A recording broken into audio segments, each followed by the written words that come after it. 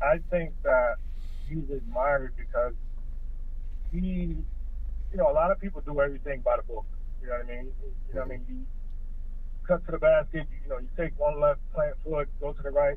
Everything with him is technical, you know what I mean? And which is cool is that he reads like, he taught me how to read players, like pick up guys' tendencies right away. And once you pick up a guy's tendency, it's hard for someone to get away from that. And if someone picks up your tendency, obviously, it's hard to get into your groove. So he taught me that aspect that no one has taught me. And I mean, now I see it, and it helped me throughout my career. You know what I mean? Like as soon as I see a tape of somebody, I can break them down within 10 minutes. And that helped me out in my career. That helped extend my career, overseas and stuff like that. That was Marcus Douthit of the Community College of Rhode Island. We spoke about his time as a teammate of Kobe Bryant, him returning back to America after several years in Europe and Asia, the trials and tribulations attached to being an assistant coach, and him as a former professional reaching the next generation of players. I'm Mark Williams. This is the Assistants Podcast, and this is Marcus Douthit.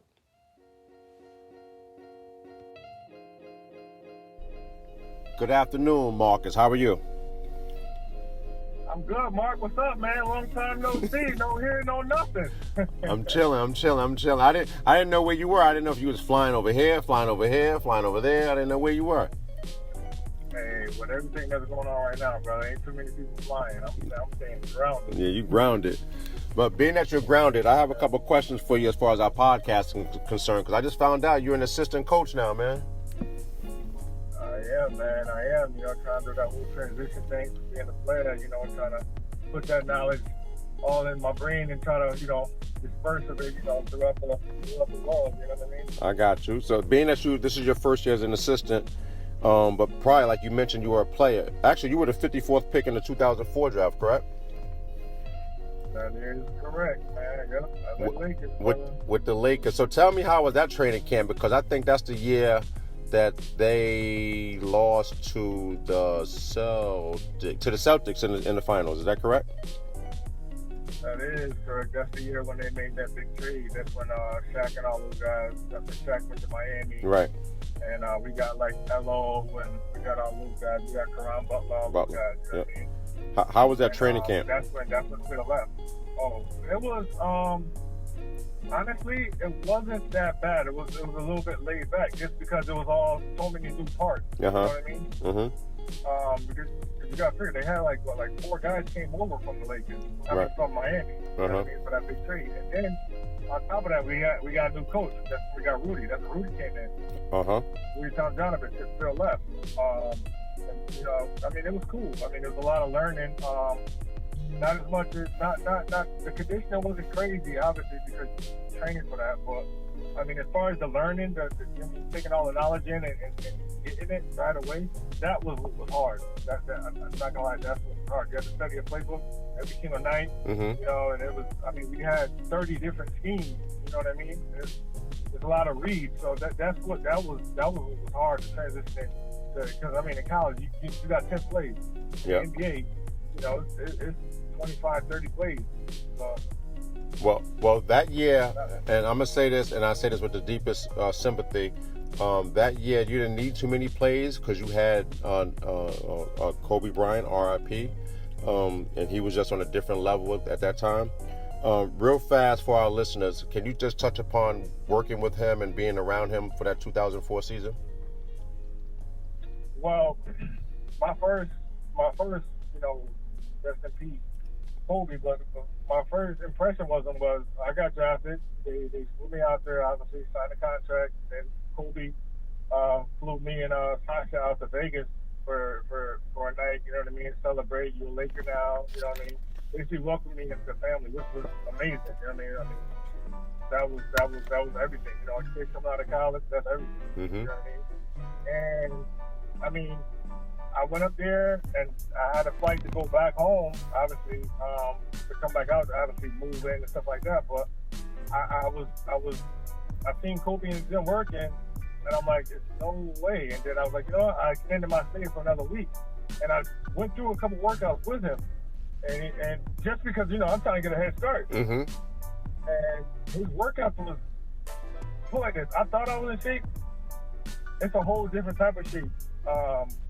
The coach, you know what I mean? We ran sand hills for an hour in the morning at 5 in the morning. Ran sand hills with chains on, and we did all that. I mean, before we even got to the court, I was dead. Now that's funny because you know what I mean? And then you gotta think. I'm sorry. No, go ahead. No, and I say that's funny, and again, we all see the Mamba mentality and stuff like that, but you actually went through stuff with him in the training camp, and it was obviously different than you've ever done before. Is that the reason why he's so admired to this day? I think that he's admired because he, a lot of people do everything by the book. You know what I mean? You know what I mean? Cut to the basket, you take one left plant foot, go to the right. Everything with him is technical, you know what I mean? Mm-hmm. And which is cool is that he reads like, he taught me how to read players, like pick up guys' tendencies right away. And once you pick up a guy's tendency, it's hard for someone to get away from that. And if someone picks up your tendency, obviously, it's hard to, get into your groove. Mm-hmm. So he taught me that aspect that no one has taught me. And I mean, now I see it, and it helped me throughout my career. You know what I mean? Like, as soon as I see tape of somebody, I can break them down within 10 minutes. And that helped me out in my career. That helped extend my career, overseas and stuff like that. Which leads me to my next question. Being that you just finished, your 16th, 17th year of professional, whether in Europe, Asia, and the Philippines, how's the transition been back to America as far as being an assistant coach? It's hard. The hard part about it is that you've been out. I was out of the loop 16, 17 years. I was out of the loop. Yeah, people, playing, they know my name and stuff like that. But you gotta understand, there's people here in the States who grind and talk to people, trying to get in a position to be a coach. I mean, you know how it is coming up from a kid when you're talented on the court. You kind of get whatever you kind of want. You know what I mean? Right. But as being a coach, it's a different beast. Mm-hmm. I mean, you got to be able to talk to people. You got to be able to network. You got to be able to put yourself out there, and you got to know what you're talking about. You know what I mean? Uh-huh. So that's the hard part. Just letting people know. Just like you didn't even know I was back. Right. No. Just letting people know you're back. You know what I mean? Because it's not like you're overseas. Overseas, you're like, okay, I'm gonna do this 7-8 month bid. Then I'm gonna come back, enjoy my family for the summer, and then I'm gonna go back overseas. Mm-hmm. Now here, no, every single day is a grind. You know what I mean? Mm-hmm. And obviously some people are not. I mean, players are not as talented as I'm used to playing against. So it's hard to, it's not hard, but it just takes more time teaching guys that's not as talented as I was as a player. Mm-hmm. You know what I mean? Yeah, that was my next point. That's a major challenge. That was my next point, because I speak to a lot of people that played in your era on the old Big East, and they have a hard time transitioning from now working with players as trainers that's not necessarily on that level. Did you find, or do you find, that working at Rhode Island College has been a big time transition as far as getting your message across, instilling to the kids what it takes to be a top-notch player? It is very hard because you know what? You gotta understand that the level that I was coaching at, all those guys were, they were top high school players in the state of Rhode Island. But you gotta understand, when you got that, you know what I mean? Like, it's basketball is worldwide. Mm-hmm. You know what I mean? So yeah, you might have been good in high school, you might have been known in high school, but now you're on a broader band. You know what I mean? And explaining that to them was difficult because they got to take a step back. And what I had to do was, they were like, oh, yeah, I can go to Division I. I can play at Providence. So I said, you know what? How about this? One day we didn't go to practice. We brought all the guys to practice at PT. And then they see the difference between them and Division I athletes. I mean, their bodies, their workout, you know what I mean? Their work ethic, you know what I mean? They didn't leave the gym. And I'm like, if you guys want to get to that level, if you guys think you're at that level, well, you know what I mean? Well, why are you not here now? You know what I mean? So it was kind of an opening that they need to see to kind of bring them back down to cloud. You know what I mean? They up at cloud 9. I'm trying to bring them back down. You know what I mean? The ground level. You know what I mean? Because you got to bring a kid down before you can build them up. Right, you know right. Did you find that bringing them down was probably the hardest thing because they really think that they're really good? it was hard to bring them down by letting them know they wasn't as good as they thought they was. You know what I mean? That's the hard part. That was hard because, you know, at the end of the day, how you gonna tell a kid who was averaging 20 in high school, and who was always, you know, one of the best kids in the state, and how can you tell that kid that, you know, how to get to another level? Because he's thinking 20 is good enough. But, you know, that kid who averaged 20 is now in JUCO and he's averaging 7. You know what I mean?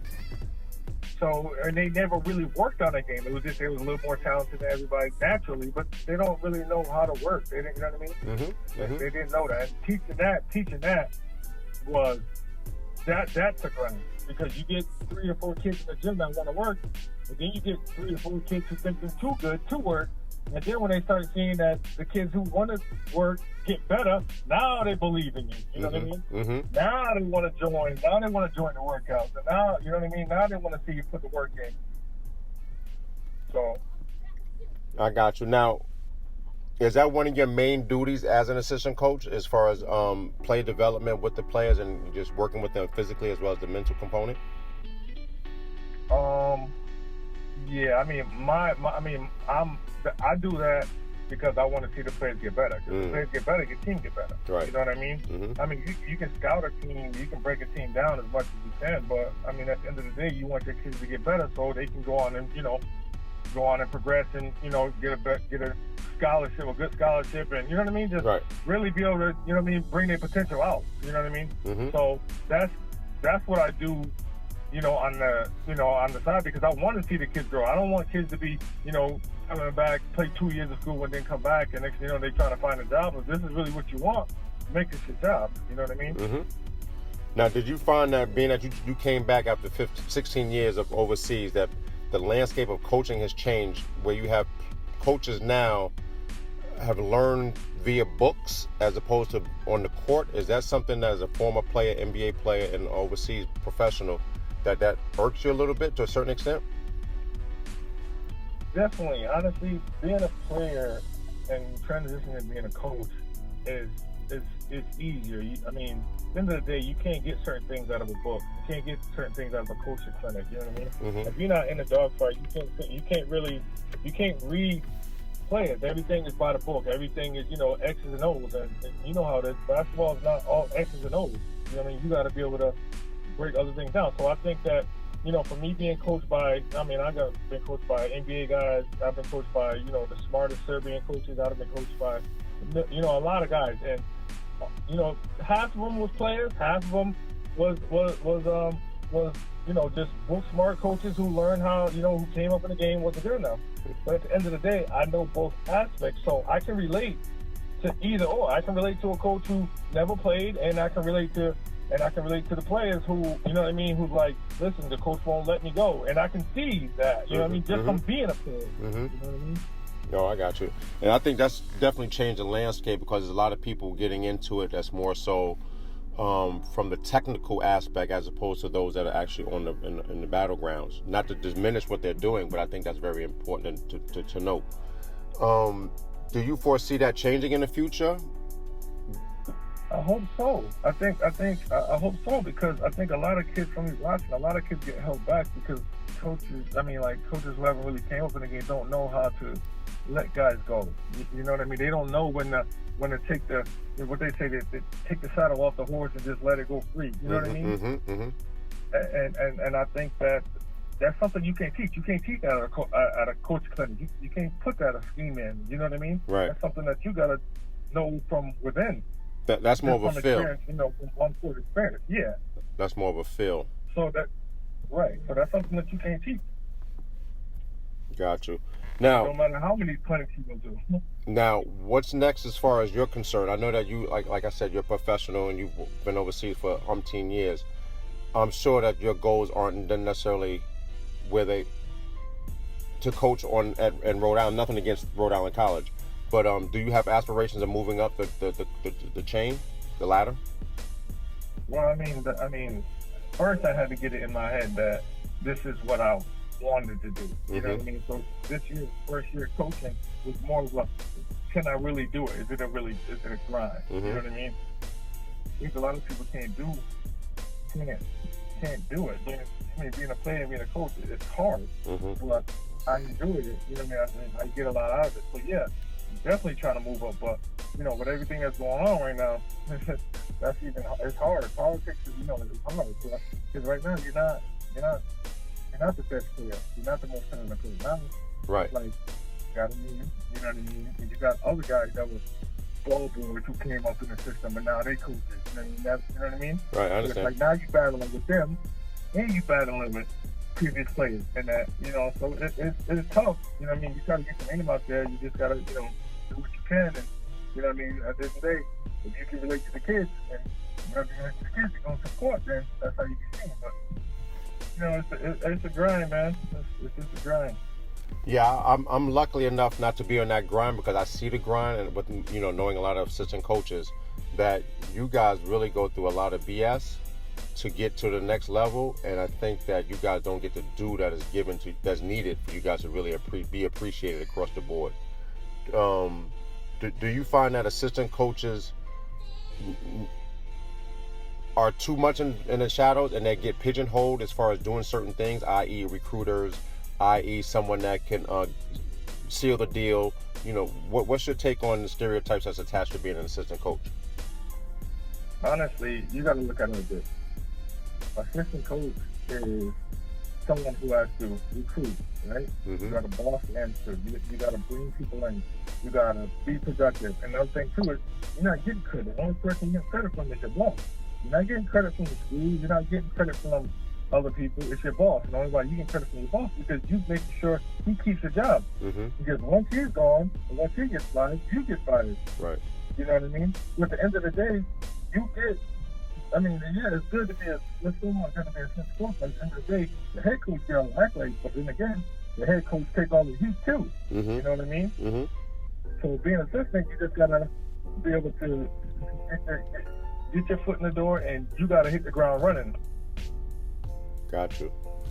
Well, I want to take this opportunity and say, first and foremost, I appreciate you guys. I'm sure that many others appreciate you guys as assistant coaches, because without you guys, programs wouldn't be where they are. Do you think that the future is looking good for assistant coaches moving forward, particularly with all the regulations and rules and all that good stuff that's coming down the pipe as far as assistant coaches is concerned? Well, I mean, it is. I think now the assistant coach is getting more appreciated, just because the fact that they do a lot of legwork. I mean, you don't get. I don't think that the work that you put in, because you understand, coaching is 24-hour job. You know what I mean? It's not like a 9 to 5 where you go in, you clock in, and at 5 o'clock you clock out. No, you're done. As an assistant coach, it never stops. You got to make phone calls. You got to find players.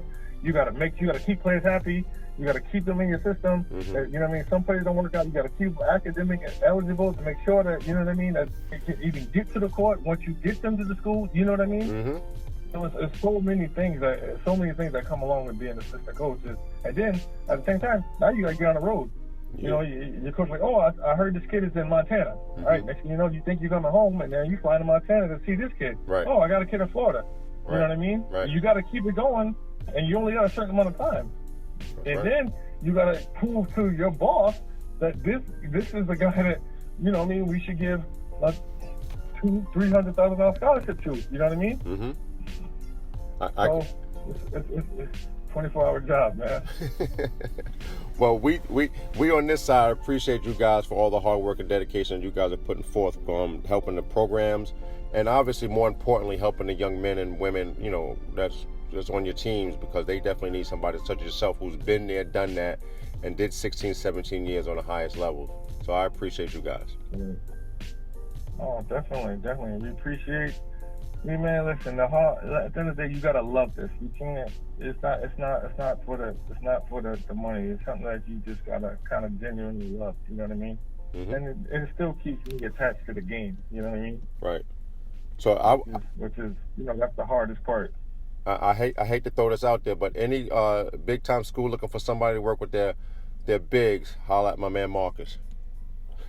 Please do. Trust me. You'll thank me in the long run. Trust me. Because we're gonna bring the big man back. Don't bring it. Don't Yeah. Don't bring them to acting school. You know what I mean? Don't do that. Don't do that. We got too many actors as it is. What's your quote? That's it. Well, back in my day, you know what I mean, guys go to the weight room, work on a game. Now, instead of going to the weight room, they go to the acting class. You know what I mean? They got to get their act right so they can get calls from the rest. That's it. Or they go to their IG page and say that they're working hard. Mm-hmm. Exactly. You want to get sweat going, do a couple sit-ups and push-ups, and they take pictures, and you know what I mean. But hey. Well, thank you, sir. Appreciate it. Good luck. No problem, man. Thank you. All right. All right, later. Talk to you later. All right.